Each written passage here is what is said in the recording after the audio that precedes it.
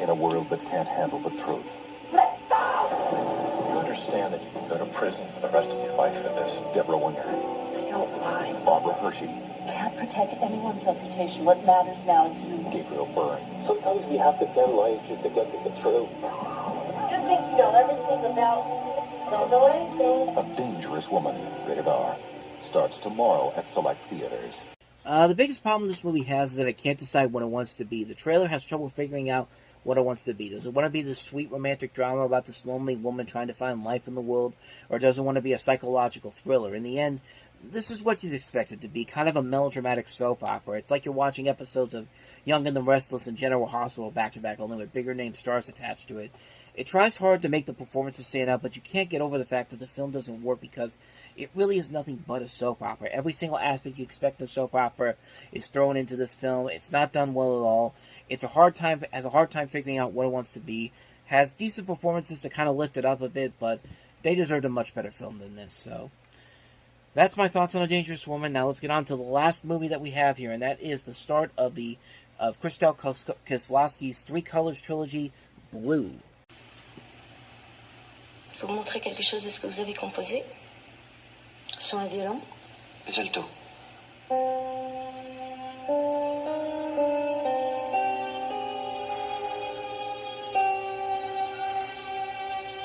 Et maintenant? So Juliette Binoche plays a woman whose husband and child were killed in a car accident.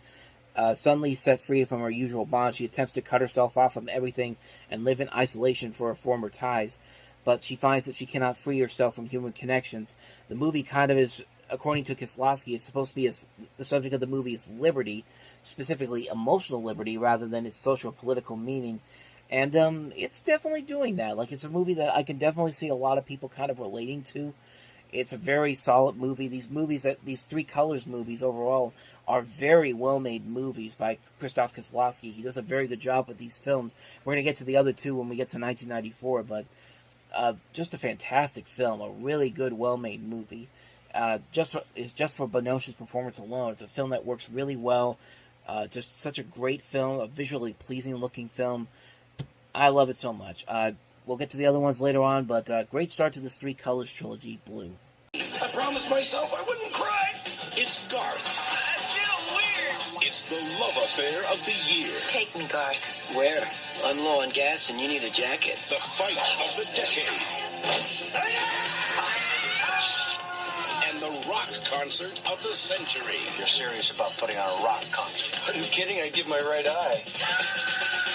Wayne's World 2, rated PG-13, starts Friday, December 10th at theaters everywhere. One of two 1992 comedy sequels that came out this week, and we'll get to the other one in just a second, but Wayne's World 2, it's still funny. It's nowhere near as funny as the original movie. I still think the original movie is far superior. Wayne's World 2 has has a lot of good funny moments in there, but there is a lot of lag and not as much great comedy in here, and it does feel like they're trying to be a little bit too... some of the topical humor of the time, like Jurassic Park, gets a mention in here. But most of the jokes in here are still pretty funny. I just don't think the story overall is all that interesting or all that engaging like the first movie is. But there are still some good funny moments there. There's a script that doesn't really work as well as the first movie did. I thought the first movie did a very good job of bringing these characters to life in movie form. This one, I feel like they're kind of phoning it in a little bit, but there's still stuff in there I really enjoy about it, so it's not a waste of a sequel. It's just not anywhere near as good as the original. So let's move on to that other sequel, and that is Sister Act 2, Back in the Habit. The students of St. Francis couldn't sing, couldn't dance, This needs a prayer. and couldn't stay awake until Sister Mary Clarence showed up and showed everyone that miracles can happen twice. 5, 6, 7. Whoopi's back in the all-new Sister Act 2, rated PG. Starts Friday at theaters everywhere. So definitely kind of like with Wayne's World 2, Sister Act 2 is definitely a lesser film compared to its predecessor.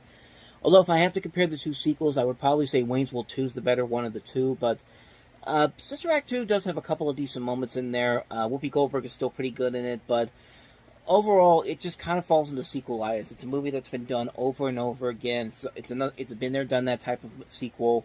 There's nothing really new that's brought to the table, and it's just kind of like, it's just there to make money. I mean, it's just literally there to make money, and some moments do work, but most of all, it's just a forgettable sequel. It's a movie that pales in comparison definitely to the first movie. So that's Sister Act 2. Let's move on to the next movie, and that is the Western, Geronimo, an American Legend. Geronimo, in making this proposal, I don't think you or the government intend to keep this promise. For the fate of a people and the future of a nation, the battle has begun. I am Geronimo, an Apache. Who are you? Just a man. Like you. Geronimo, an American Legend. Rated PG-13. At theaters December 10th. For Walter Hill, a chance to do something kind of outside of his norm, and also for John Milius, too, because this is actually the first of 2 Westerns back-to-back that Walter Hill would direct.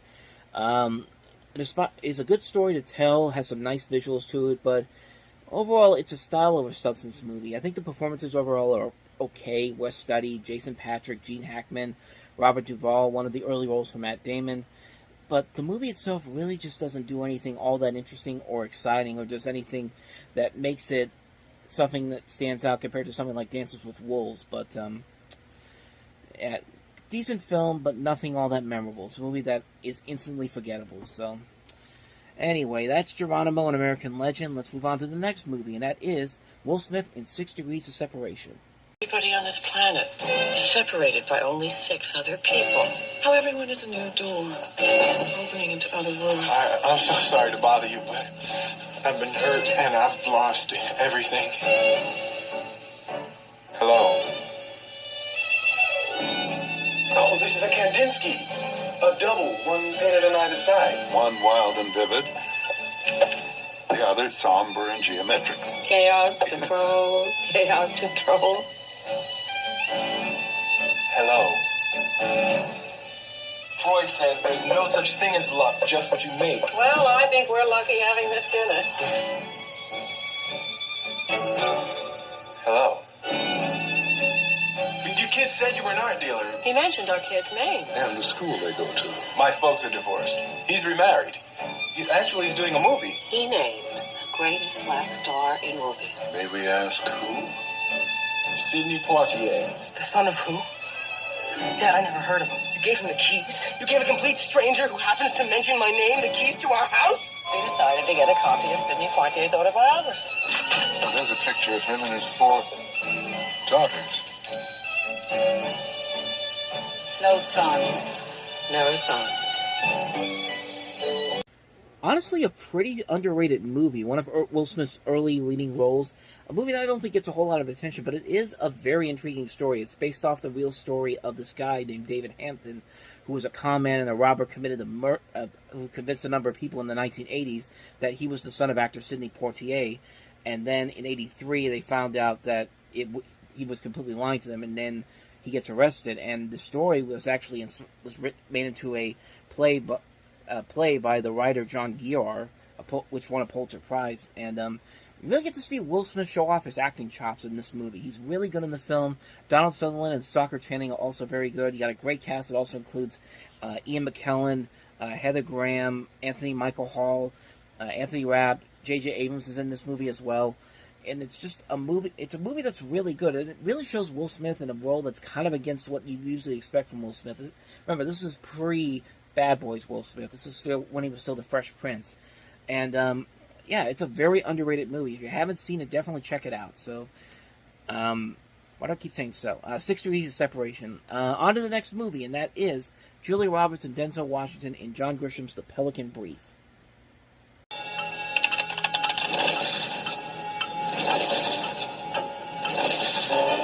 Everyone I've told about the brief is dead. I'll take my chances. From the best-selling author of The Firm and The Client comes the suspense thriller of the year. Julia Roberts, Denzel Washington. The Pelican Brief, rated PG-13. Now playing at a theater near you. Directed by Alan J. Palooka. This was actually the last movie he both wrote and directed before his death. He did direct one more movie with The Devil's Own a couple of years later. Coming out around the same time The Firm did, which was a much better John Grisham adaptation. This one, I think it's just okay. It's a movie where I think Julia Roberts and Denzel Washington, they do what they do best. They take control of the screen. I just wish the script was a whole lot better. This movie kind of falls into a predictable territory. At least with the firm, you kind of got an idea of the twist. You didn't get an idea of what the twist was going to be, the twists and turns were going to be. But in here, you could probably figure it out pretty quickly if you watch the movie in full. I just didn't think it was that good of an adaptation. I mean, like I said, Roberts and Washington are the reason why you should watch this movie. But other than that, though, it's just kind of a mediocre legal thriller. Moving on to the next movie, and that's another sequel from 1992, based off a 1992 film, and that is Beethoven's Second.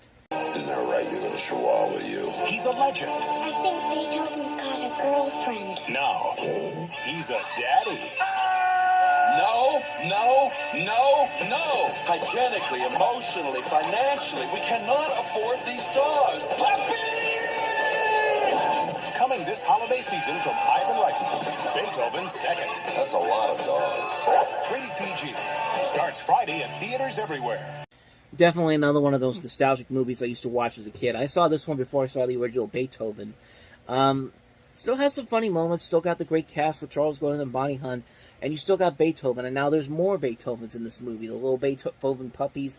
This was the movie that made me really want a St. Bernard when I was a kid.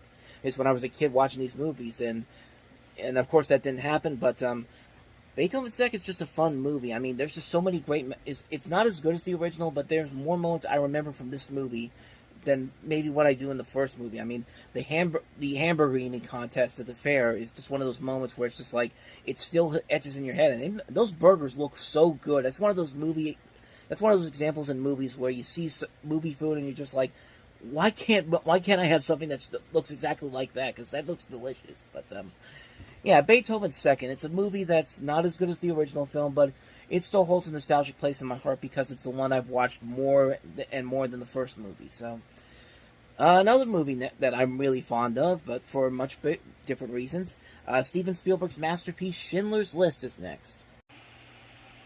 There were names. Names that stood for evil, for madness, for terror. But there were also names that brought hope, that meant courage. Names like Oskar Schindler. Their lives meant nothing until their names meant everything to him. A film by Steven Spielberg, Schindler's List, rated R.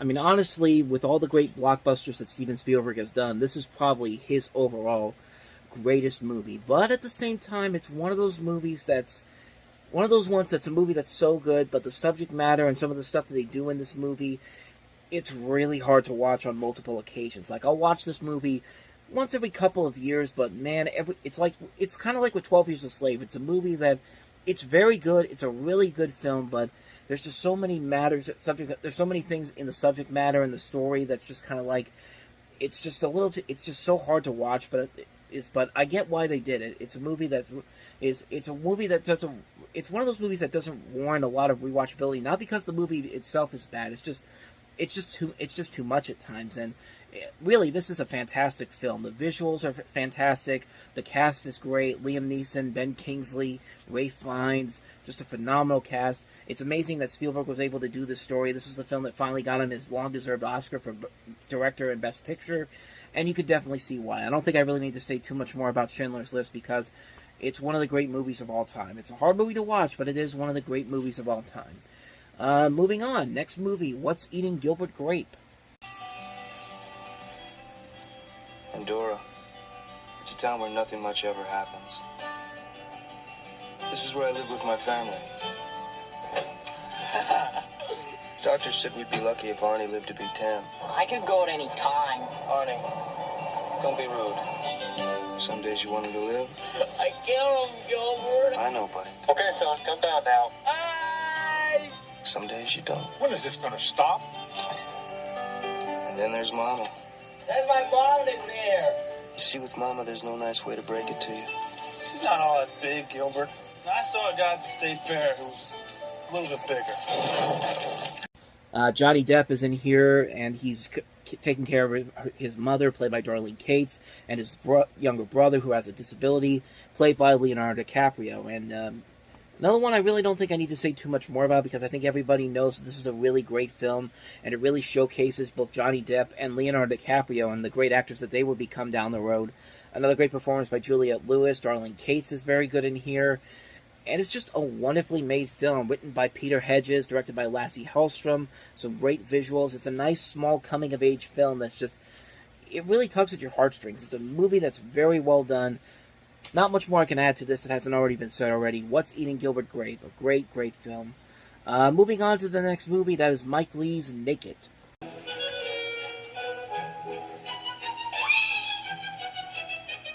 It was a sensation at the Cannes Film Festival, winning Best Actor and Best Director awards. At the Toronto Film Festival, it won the Critics' Prize. From acclaimed director Mike Leigh, the creator of High Hopes and Life is Sweet. A different kind of movie. What is a proper relationship? Living with someone who talks to you after they've bumped you.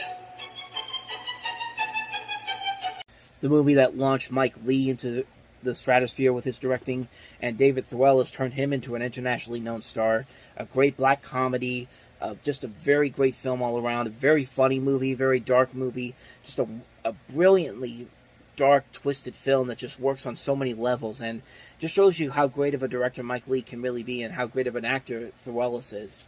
Again, not much more I can add to this one here. Naked. So, moving on to the next movie, that is Robert Duvall in Wrestling Ernest Hemingway. You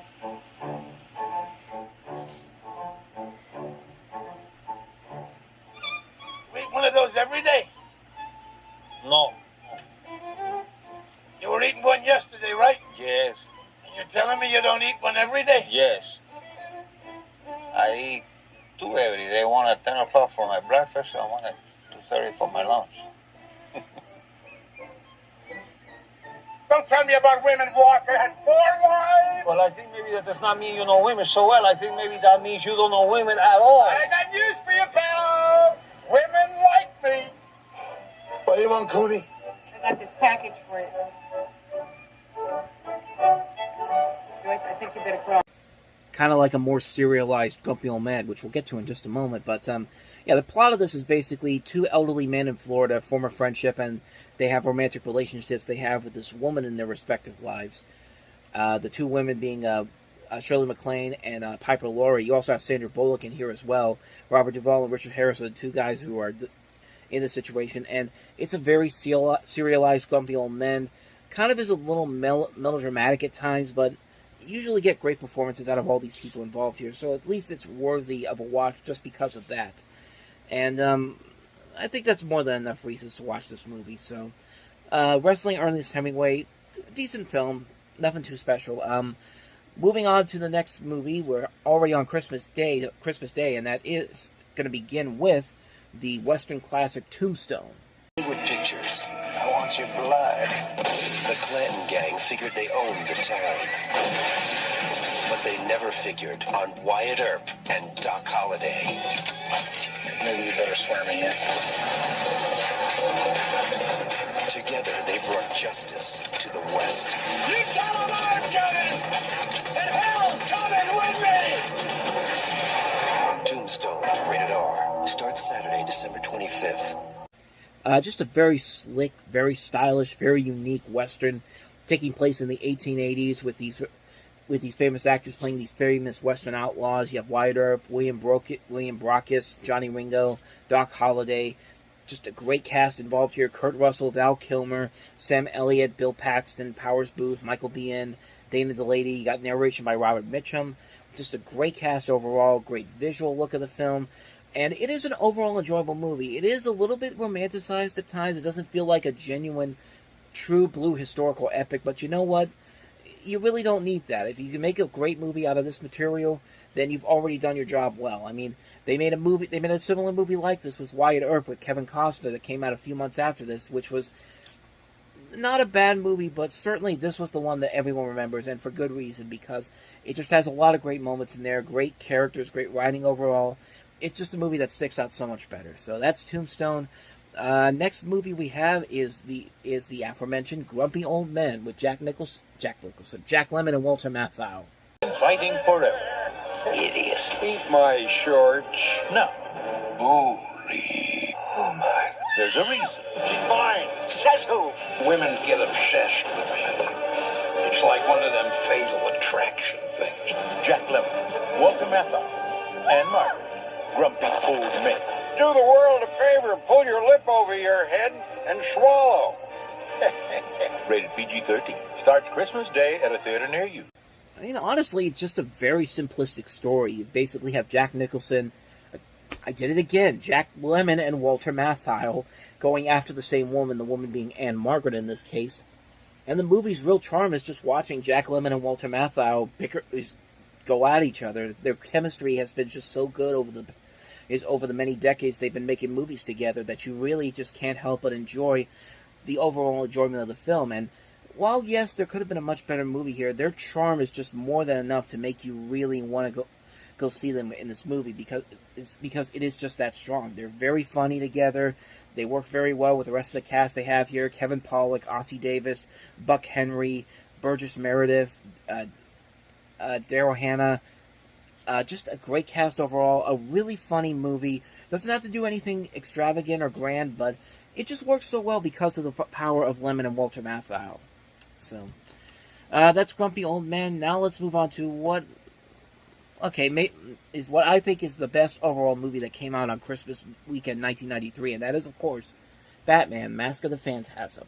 Now, America's most exciting and legendary movie hero comes to the big screen like you've never seen him before and faces his greatest danger, the Phantasm. I want you. Can't be too careful with all those weirdos around. In a soaring new full-length motion picture adventure, Batman, Mask of the Phantasm, rated PG, starts December 25th, only in theaters. A movie that kind of got screwed over by its marketing because this movie was intended originally as a direct-to-video movie, but because Batman the Animated Series was such a success, they decided to put it on the big screen. But then they have mediocre trailers like that really don't show you the true beauty of this movie. Batman Mask of the Phantasm is definitely one of my all-time favorite movies for a number of reasons. It ups the ante in the story, the animation, the music overall is grander and more epic. We get a deeper, darker storyline where we see Batman trying to deal with being a superhero and also trying to be happy and trying to move on with his life, knowing whether or not he should keep up the fight or not. And it's just a great, great film. Kevin Conroy, rest in peace, gives a great performance in this movie. He has so many great memorable moments in this. The addition of Mark Hamill's Joker is nicely done here. Dana Delaney plays the love interest in here, who also has Stacy Keach is also in here playing her father. There's a great twist with the villain. If you haven't seen the movie already, I'm not even going to spoil it for you, but you definitely should go see this movie, especially if you love Batman the Animated Series. Batman Mask of the Phantasm is a masterpiece. I can't say any more about it. Just a terrific, terrific film.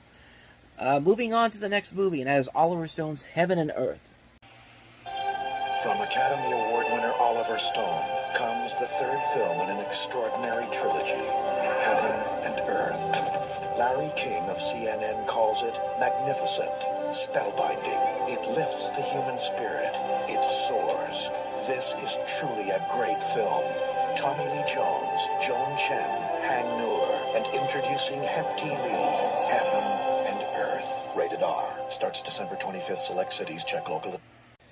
Yeah, Oliver Stone doesn't usually have a bad movie to his name, but after so many bullseyes with Platoon, Born on the 4th of July, and then JFK, this was kind of his first major misfire. This is supposed to be the third film of his Vietnam War trilogy that he did, and it's definitely the lesser of the three films, and it's a movie that really, honestly, just really doesn't work because I think the story overall isn't all that impressive, and despite the great performances they have in here from people like Tommy Lee Jones, Joan Chen, Hang S. Noir, the young Heap Fee Lee. I think I'm totally mispronouncing that name.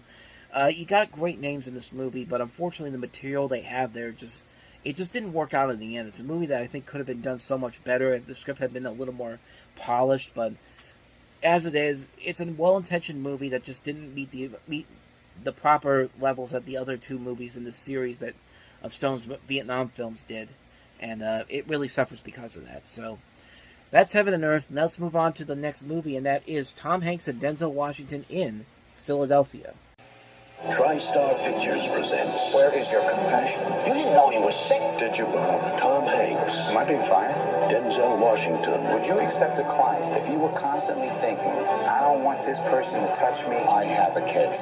In a film about the darkest places in the human spirit. Andy brought AIDS into our offices. And the brightest. You get in there and you fight for your rights. So let's talk about what this case is really all about. Did you fire Andrew Beckett because he had AIDS? General public's hatred, our loathing, our fear. Philadelphia, winner of 3 Golden Globe nominations, including Best Actor. Andrew Beckett is angry. I just want what is fair, what is right. An emotional powerhouse, says Rolling Stone. The law's been broken. Objection! One of the year's 10 best films. In this courtroom, justice is blind. We don't live in this courtroom, though, do we? Philadelphia, rated PG-13. Starts Friday, January 14th. I honestly think Philadelphia is maybe the greatest movie that Jonathan Demme ever did. I think this is the movie that really is one of the more important movies of our time. It's a movie that I think does a very good job of not going too overblown or going overdramatic with the scenes, with the subject matter in here. Every scene in this movie feels authentic and realistic down to a T. There's never any point where it feels like they're overacting or going over the top. They succeed in making the story come to life in a way that feels real and sensible, and it's largely because of Tom Hanks' Oscar-winning performance as Andrew Beckett, and Denzel Washington also does a very good job in this film. He has to keep up with Tom Hanks in this movie. He does a phenomenal job in here. Honestly, I consider this to be the 90s equivalent to To Kill a Mockingbird, tackling a touchy subject for the time period, and doing it without being asked to speak out for the truth like some other movies do, kind of like more recently Concussion with Will Smith. Philadelphia is a movie that exceeds acting, directing, writing, and realism. It's a literal example of a perfect triumph of the human spirit movie. It's not only a movie that should be considered one of the most definitive movies of its time, but really one of the most important movies of all time. It's one of the best movies I've ever seen. Philadelphia, can't recommend it enough. And with that said, we move on to the last movie, and somebody was bold enough to put a movie in wide release on New Year's weekend. Usually you don't usually do that, but 20th Century Fox thought that they were going to be the one to do it with Ghost in the Machine.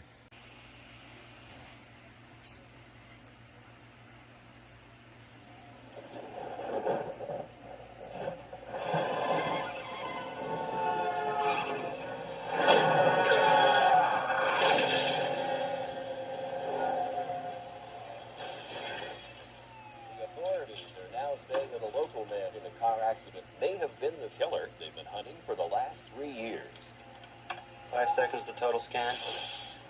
What is it? This storm keeps surging the power. We're losing him. He's dying. Come on! Last night, a killer died. Where the hell did that go? His body was laid to rest. But his soul... That's impossible. ...has come online. This is gonna be fun, Terry. Who is this? I'm killing your friends. Looked like there was someone else in there with us. The killer died in this hospital. And it was plugged into your computer.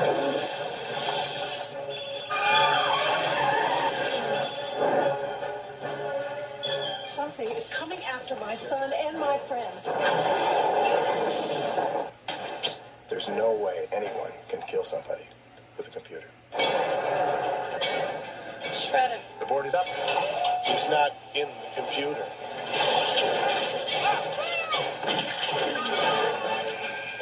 You can't run, you can't hide, you can't win.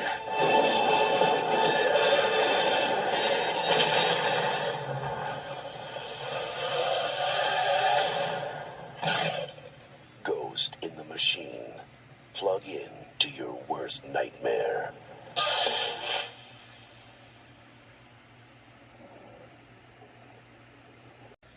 I mean, just a terrible, terrible movie that really has no idea how computers work, because this is a movie that, remember, this is 1993. This is back when computers were slowly but surely becoming the new thing. They weren't as widespread as they are right now, as they are in today's world.